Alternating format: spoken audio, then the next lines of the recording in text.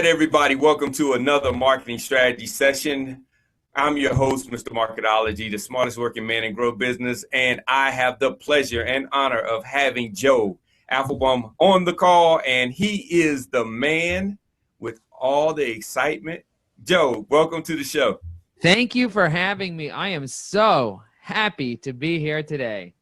Cool. Now, you're the guy that takes entrepreneurs' goals and turns them into passions that they can actually execute, and you have fun doing it. Like one of the things we see that you have fun with that we talked about a little bit earlier is the bike in the background. Yeah. That is a signature Joe. And if you go to his Instagram page, you see somebody that's having fun. A lot of fun. A lot of fun. I'm having a blast. I am having a blast. Life is amazing. Yes. And I need to get out and enjoy it a little bit like you. I mean, you see him doing a lot of things and enjoying it, and his company has fun too. You see his team having fun and him having family time and having fun. So that's important because we're going into that talk about passion. I mean, Joe says it's all about that passion. And so, if you're just doing it and you're just grinding through and the only thing that motivates you, or should we say mojovates you, is the money, then wow, you're not living. So Joe, talk about that mojovation. Yeah. So there's so many people out there that are just doing the do. They're like breaking bread every single day. They're trying to make a living. And they don't realize that unless they tap into a deeper inner purpose, they're not going to feel fulfillment. You might get success, but the ultimate failure is getting to a certain level of success in your life and not feeling fulfilled. That's the ultimate failure because, I know plenty of billionaires are on their sixth marriage, or I know people who have made it. They've accomplished some significant goals, and then they have killed themselves because they realize there's nothing else to accomplish in life. They've already accomplished it all. So the question is, how can you stay passionate and excited about every single day? Because we only have the present now. Later, the present will no longer exist. Tomorrow, the present doesn't exist. Yesterday, the present doesn't exist. The present only exists in the now. So the question is, how can you be in the now right now and not worry about what you need to do in a week, in a month, in a year? I'm a big proponent of planning. I think that hope is a great thing, but hope is not a great strategy. So you got to have a great marketing strategy. You got to have a great life strategy in place, but then get into the present now and stop stressing out about all the things that you cannot control. There are two things I tell everyone that you could have 100% control over if you learn how to do it, and that's your thoughts and your feelings. And if you can get in touch with being in a more beautiful state every single moment, by learning the step-by-step process that you need to take in order to get your body and your mind into that state, then you're going to live a more beautiful life. You're going to live a great, passionate, excited life. And if you're in sales or you're in marketing and you are more passionate and more enthusiastic and more yourself and more self-confident, you're going to be able to connect with more people that are like you. And life is all about the relationships in our life. And if you're not being authentic, you're not going to have authentic relationships. Wow, that is a lot of great wisdom because honestly, that's something that I've been working on over the years. That connection, that actually getting in touch with myself. I mean, that feeling. I have a friend and coach that always asks me this one question, and it used to really be like pulling teeth. Yeah. How did that make you feel? And I was like, here we go with these feelings. You're like, how did that make you feel? I used to hate that question. I used to think that the only thing that a therapist knows how to do is ask you, how does that make you feel? That's all they know how to do. You walk in, you talk, they're not even listening to you. You're yapping. 10 minutes go by and they're like, so how did that make you feel? I'm like, didn't you hear anything that I said? Yeah. And I'd be like, it didn't make me feel good. You can hear it in my voice. And she would always ask that. She was like, okay, today you did what again? And I said, well, I did this. How did that make you feel? And I was like, I don't know. Especially as I guess, a man, you're not really taught to be in touch with your feelings. So you're like, I don't know. I mean, I just did what I was supposed to do today.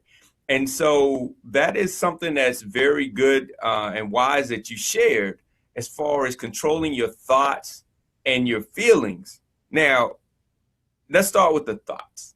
All right. So with so much going on and so many people in your ear, what is one technique that you found that helps controlling your thoughts? So there's something called focus or attention, right? So our attention that we have, our conscious attention that we have, can get pulled in many directions by environment, by stimuli, by things that happen in our environment. As a marketer, that I am looking to get people's attention, either by interrupting them or by them seeking out something, inbound marketing, by pulling or by pushing things onto people that they actually need. Yeah. And so I have to study the psychology of focus and the psychology of attention. And during that journey, what I realized is that you could either consciously control your attention, and it's kind of like a muscle. Focus is a muscle. The more you use the muscle, the better you become at it. The more you consciously are focusing on learning how to focus on something very specific, the more you'll be able to do it in the future. So I always say start with your breath. Start with focusing on your breath. You'll be like, what does that even mean? What do you mean focus on your breath? Well, the fact is there's one thing that you need more than food. There's one thing that you need more than water. I mean, water is really important. I tell everybody that a 5% drop in hydration is a 30% drop in energy. But when it comes to oxygen, what you need to do is in your life, you need to have oxygen as a minimal viable product. And that is what you need. If you don't have food for like 6 months, you could still live. If you don't have water for 6 weeks, potentially you can still live in a very dehydrated state, but you could still live. But if you don't have oxygen for 3 minutes, you're done. You're done. So the fact that you're alive, is because you are breathing, because you have oxygen. And the second you stop that, you stop having life. Life ends at that point. So if you could learn how to focus on your breath and realize, hang on a second, dude, you know you're breathing? Do you know that you're breathing? And you start focusing on that, then you could start focusing on your thoughts, because you're now channeling your thoughts into the present. You see, a lot of people try to gain control of their emotions, but getting control of your emotions, it's very hard to control something that's kind of like all over the place. So the key is to get your thoughts focused on your breath initially. Focus your thoughts on your breath initially and realize that you actually breathing right now. And then say, okay, now where do I want to take my thoughts today? Where do I want to channel? So I want to channel my thoughts to my child. I say, hello, child. How are you? Thank you very much. And I come here, give me a hug and a kiss. Hey. Does he want to say something? Oh, he's not. He's got to get to work. He's got to get to school. What's up? He does. All right, well, tell mommy I'm in the middle of a podcast. Okay, so that is the situation till 11 o'clock. Tell her till 11 o'clock. Okay, I don't know. Figure it out. All right, let's rock and roll. Let's do this. We had the cameo star appearance. So we got a cameo star appearance, yeah. That is great. So that makes a lot of sense. I mean, controlling your thoughts and knowing, starting with breath. I mean, that's something that they teach in meditation is to, focus on your breath. And with your breath, then other thoughts will come in, but refocus on your breath. And I know for myself, sometimes I will actually catch myself holding my breath. Is that weird, Joe? Is that weird? Because sometimes I'll just catch myself and I'll be like, wow, I'm not even inhaling. What's going on? What happens is that when we are physically stressed out, when we're physically stressed out about a deadline, about a project, about a client, about something, we're not stressed out because something happened. We're physically stressed out because we're not breathing. Now, what's happening in our environment is making us like lock up and not breathe, and that's why we technically feel stressed. Okay. But the actual stress doesn't come from anything that happened outside of you. So this is why it's so important for you to control your thoughts, because if you could stop creating meaning to everything that's happening, because automatically your brain's going to say, well, if I don't do this project, then this is going to happen. And then if my son comes in and he's on the video, then this is going to happen. And then you stop breathing. And before you know it, 3 minutes pass and you haven't really breathed. And now you're getting all stressed out and your brain, the energy of your brain gets diminished significantly. So you have less focus power, less attention power, less decision power, and you start making choices that are based on emotion, not based on logic. And when you start making choices based on emotion, sometimes bad things can happen. Like when you start getting really anxious and it turns into anger. You know, anger is a secondary emotion. It's not a primary emotion. Anger actually happens as a result of a lot of anxiety. So if you can control your anxiety, you'll be able to control your anger. This is something I needed to learn the hard way, because I used to get very angry. I used to get really upset. And once I got angry, I couldn't control myself. I had road rage issues. I had all types of issues that I didn't know how to control. And I thought, how can I stop the anger? I want to stop the anger. But you can't stop the anger. You could only diminish the anxiety. Once it becomes anger, you're done. You got to walk away. Wow. So is it that New York in you that gave you the road rage? I know, you know, New York and Atlanta, that traffic can make you mad. In LA, that traffic can really upset you. So. Well, it has to do with control. You know, you can have road rage anywhere. I've been in Kentucky, and I saw people having major road rage in Kentucky where there's only one car on the road. They're angry at themselves.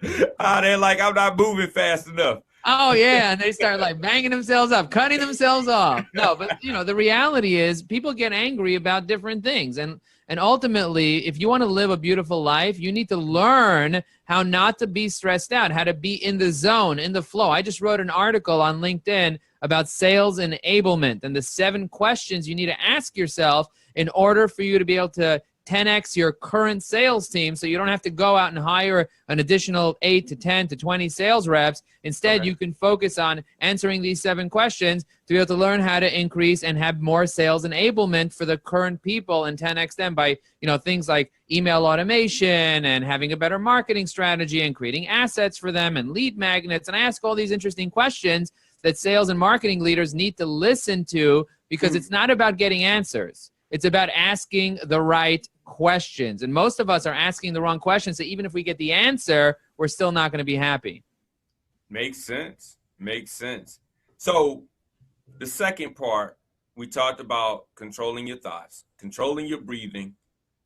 When you talk about controlling your emotions, so the feelings, I would say, those feelings, is it easy, I guess, to change your feelings? So for instance, if you're feeling that anxiety and you're feeling depressed, is it easy to identify that and make that change? Or is it something that like a cold, work its way out? It eventually over time, it works its way out.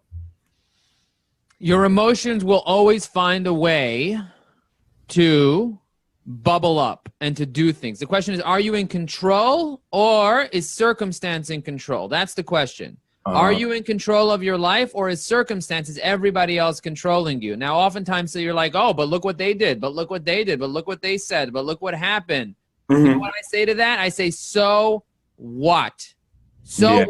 I don't care what happened in your life. I don't care who said what to you or who did what to you. At the end of the day, is if you learn the science, not the art, the science of how to control your emotions, you need 3 things. Number 1 is you need awareness, because if you're not aware that your emotions are controlling you, you're not going to be able to take control. You can't take control of something you're not aware of, right? If you're not aware of the temperature and you're just not aware, you're not going to know to change that, or you're just not aware, right? Awareness is the main thing. So you got to get aware of, what are the feelings that I'm feeling, and do I want to feel these feelings, and do I not want to feel these feelings? That's step number 1. So you got to become aware. So if you're feeling joy and gratitude and bliss, and you're feeling like incredible peace in your life, you want to feel more of that, right? Yes. So even if it's coming from circumstance, you're fine with that. You're fine with joy. You're fine with pleasure. The question is, when you're feeling depressed, angry, doubtful, when you're feeling frustrated and you want to go from frustration to motivation, the question is, what do you do? How do you change that? And you need to get awareness around 3 things. Number 1, awareness around your body, your physical body. So if you're sitting with your arms crossed, all closed up like this, leaning forward and looking down, chances are you're going to have more emotions that are around sadness and frustration and like closed up emotion.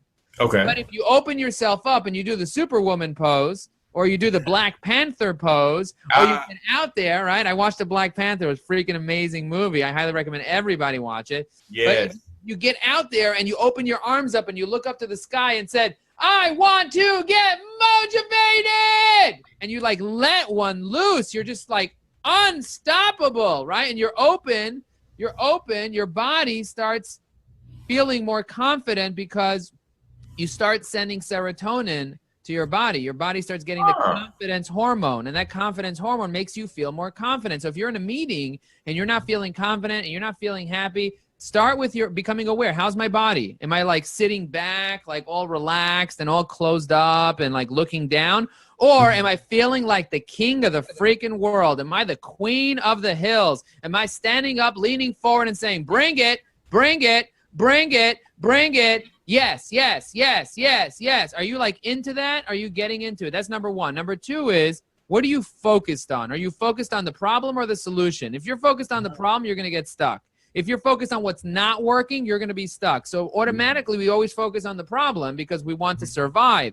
But you need to go from survival, survive to thrive. You need to go from survive to thrive to take your life to the next level. So that's really important for you to realize that you must learn how to focus on the solution, on what you can do about it, not what happened to you, but what happened for you. That's the second step. And the third step you need to become aware of. So the first step is your body. The second step is your focus. The third step is your language. What words are you using as incantations? Are you using I can't-tations? I can't?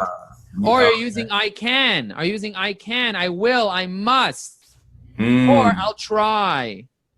You know, I'll try is pretty weak. Are you using weak words or using powerful words? What are you physically saying? And those words, like if you're saying, oh, I'm so angry, I'm so frustrated, life sucks, all these words, even if you're using a lot of passion, you're going to be focused on that. So you got to change your words. You got to use words that are aligned with what feelings you want to feel. If you start saying every single morning, I feel amazing, life is so great. Now, even if your life is not that great, you know what's going to end up happening is you're going to start looking for proof that life is that great. And when somebody asks you, why is your life so great? You're going to have to find reasons why it's so great, and your life's going to start becoming great because you're going to have to find those reasons. So when somebody says, Joe, how you doing? What do I say? Amazing. Life is amazing. Incredible. Unbelievable. And that's what ends up happening in my life. Does this make sense? It does. It does. You know, they say words of power. And it's funny. On the way here for our interview, I told myself I wasn't going to be late. Right. So, of course, there was traffic. Atlanta always has traffic.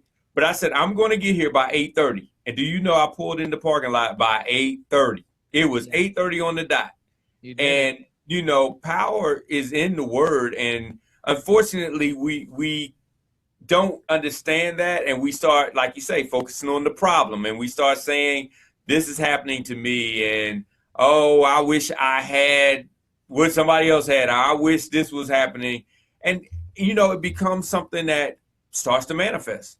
And I have to work on that myself. I mean, I'm learning right now because there is a lot of things that have been habits. I think that we've been trained over the years and not focusing on it, not being aware, like you said, that first step, you don't even know that you are pretty much sabotaging yourself and not putting yourself in a good position. So yeah, no, that's very, very powerful. So focusing on the solution is the key. Then after you have awareness, then you need to have a strategy to be able to continue to live your life this way. So think about your skills, think about the books that you read, think about where you put your attention, think about your attitudes. So that is how you build up your strategy. And then finally, you need accountability. Who are you hanging around with? How are you expressing yourself? And then ultimately, what level of energy are you creating for yourself? Look, it begins with water. I always say water increases your energy. So if you did not drink enough water today, you're not going to have this level of energy. Simple as that. I already had 50 ounces of water today, and it's 9 o'clock. Wow. Yeah, I've only had 33. I need to get my water up. But yeah, I definitely have heard that from a lot of health experts that says that you should have half of your body weight in water a day. Yeah, half of your body weight in ounces. So if you weigh 200 pounds, you need to have 100 ounces. And 100 ounces is not easy to knock down 3 liters. It's not easy to knock down 3 liters. So you have to start first thing in the morning. I say as soon as you get up, have at least 16 to 20 ounces of water the second you wake up so that your body can start working that water and get rehydrated from a whole night of breathing. Did you know that when you exhale, you lose hydration? You know that when you sleep, you sweat and you lose hydration? So the whole night you're exhaling for 8 hours and you're losing hydration the whole night. And that's why you need to rehydrate first thing in the morning. And I call it hyperhydration. You need to really get it in there so you fire up your metabolism. Interesting. I did not know that. I'm going to start drinking first thing in the morning then. I just start rolling over and take a drink, meditate a little, and then get the day going versus just jumping out and getting the day started. And a lot of people don't realize that water actually wakes you up. So if you're feeling groggy and tired, a lot of it has to do with you being dehydrated. So if you rehydrate, all of a sudden you're like, oh my gosh, I'm awake. This is amazing. I can't believe it. And I learned this from a book called The Miracle Morning by Hal Elrod, which teaches you different ways, strategies to get up before 8 a.m. I used to be a chronic waking up after 9 a.m. And this morning I was up at 4. Wow. I need to work on that. So, I mean, you shared a lot. And, you know, with people in business, you a lot of times focus on just business strategies. You don't focus on yourself in order to be better at being you so you can be better at the business.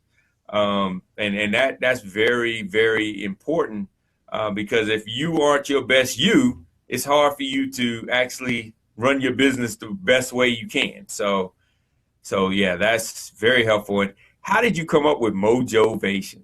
That is so neat. I started doing videos online, just walking down the street and doing videos. So initially I called them street talks because I was walking down Brooklyn and somebody came with it. And I just wanted to express myself. And people said, I want more Joe. I want more Joe. I want more Joe. And I was like, you want Mojo? Yo, yo, yo, I'm the Mojo Pro, the kind of CEO that make the cash just flow. Don't walk through my door unless you're sure you know that you got a business and you're ready to grow. And so I break it down for people that want the Mojo. Wow, that is so neat. That is so neat right there. So you actually have your coaching. So, you know, that is definitely there. But you have actually a workshop that you put on from time to time to help people, right? Yeah, so I have a marketing strategy bootcamp. So if you go to ajaxunion.com/bootcamp, you can learn more about the marketing strategy bootcamp. What I realize is that 95% of business owners are doing less than $1 million in revenue. And the ones that are doing more, oftentimes they don't have a written, documented digital marketing strategy. So I said there are 3 simple steps to create a digital marketing strategy. First, you need to set your goals. And a lot of people don't know how to set their marketing goals, their sales goals, their marketing budget, all that. Then you need to figure out your target, which is your target persona, your value proposition, the 5 C's, the works. I mean, you're like the expert at that. So really figuring out the crux of your marketing strategy, which is your target persona, your value proposition. And then the third part is your messaging, which I call your solution, which is understanding your authority, understanding your brand promise, your positioning statement, your tagline, like figuring all that stuff out, your messaging, which is the foundation of your marketing. So if you don't have this stuff written down and shared with your sales team, with your marketing team, with all the different collaborators in your company, with your vendors, it's going to be very hard for people to help you get to your goal. You got to write it down because if it's just an idea in your head, everybody has an idea. So I have this 3-hour boot camp, which is virtual. Go to ajaxunion.com/bootcamp. You could sign up. And there's handouts. And at the end, you can have a written digital marketing strategy. And it comes with a Facebook group and everything.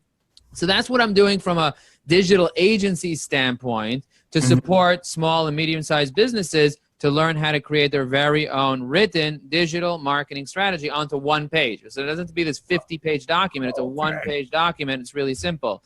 But in terms of like what I'm passionate about personally as a coach, for hungry entrepreneurs that want to go from frustration to motivation, I teach people 2 things. I have one workshop on how to set goals and be productive and like time management. And I have one workshop on networking, how to go from a schmo to a networking pro. So you would say a goal isn't, I just want to make money. No, a goal is not, I want to make money. That's kind of more like a hope or a dream. A goal needs to be very defined. So you need to define what your revenue needs to look like, what your cost of goods sold, what your net profit is, how much of it is going to be reoccurring, how many offerings you have, how many accounts you have. They say 80% of your revenue comes from 20% of your clients. So figuring out where the 20% is and figuring out who the right type of clients you want to get. What is your lead-in product? What is your back-end product?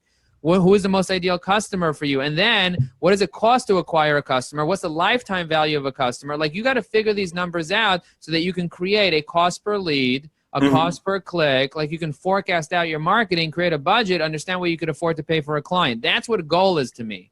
Yeah. So for me, I want to have, if I want to have 200 webinar registrations, and I want to be able to pay $5 per webinar registration, because I know that for every 200 that I get X amount of people into my funnel, which means X amount of people to buy my bootcamp, which means X amount of people to buy my middle end product, which means X amount of people to buy my back end product. So I know how much I could invest in each customer, in each potential prospect to get in the door. You have to understand what is a qualified lead worth to you. You know, if I asked you, what's a qualified lead worth to you? Most people that are savvy in marketing won't be able to answer that question. If you can answer that question and it's much more than your competitors, if it's worth more than your competitors, then the person who could afford the most for a lead wins the game today, both on Facebook and on AdWords and on email. If you could afford to pay $10,000 for a customer, $20,000 for a customer, and you know that, and it's much more than you could afford to pay than your competitors, you win the game. You won it. Yeah, that makes sense. That makes sense. So, Joe, I thank you, because you were coming up and you had a hard stop. So we are 2 minutes into the hard stop. So let them know where they can reach you. You've already let them know where they can actually come to the workshop. Let them know where they can reach you. And I thank you personally for taking time out this early morning to speak with us. Yeah, absolutely. So I would suggest everybody go to www.ajaxunion.com/webinar. And you could sign up for a free webinar where I kind of spend an hour working with you to show you the basics of how to write your own marketing strategy. And then after that, if you're interested in not doing the boot camp with us, it's a 3-hour boot camp that you can do, and you can watch a bunch of videos and then kind of sit down with your team and get it all done. But I suggest you go to the webinar, which is ajaxunion.com/webinar. If you want to find out more about my videos and my coaching, and I have a weekly newsletter, go to joeapfelbaum.com, or if you're not sure how to spell that, just Google it. I'm the only Joe Apfelbaum around. I have, and it's also down in the corner. You can see it there down in the corner, left corner. And you can go there. You can check out my Facebook group. I have a Facebook group with hundreds of entrepreneurs that I'm doing 1,000 minutes of Mojovation this year, so feel free to join my Facebook group. Look, at the end of the day, I'm here to add value. So whatever I can do to add the maximum amount of value to your life, I do that. And I do that through being active on social media, on LinkedIn, Facebook, Twitter, Instagram. So look me up and connect with me, reach out to me, and let me know that you heard me here, and let me know what your number one takeaway is. Just pick one sentence that you got, and then at me and Jeff on Twitter or on LinkedIn or Facebook or whatever, and just mention us and let us know that you got some value today, because that's really the key. Yes, that is. My biggest takeaway is to breathe and drink water in first thing in the morning. So those are my two biggest things. Thank you so much. And one more thing, everyone, go to Joe's Instagram page. See this man have fun. Go to his Instagram page. You'll enjoy it. So everybody, this has been a marketing strategy session. Hopefully you've gained a lot of insight and knowledge. And please share this, comment, let us know that we're adding value to you, your life, and your business. Take care. This is Mr. Marketology and the Marketing Strategy Session. Yay, we did it. Stay motivated. Cool.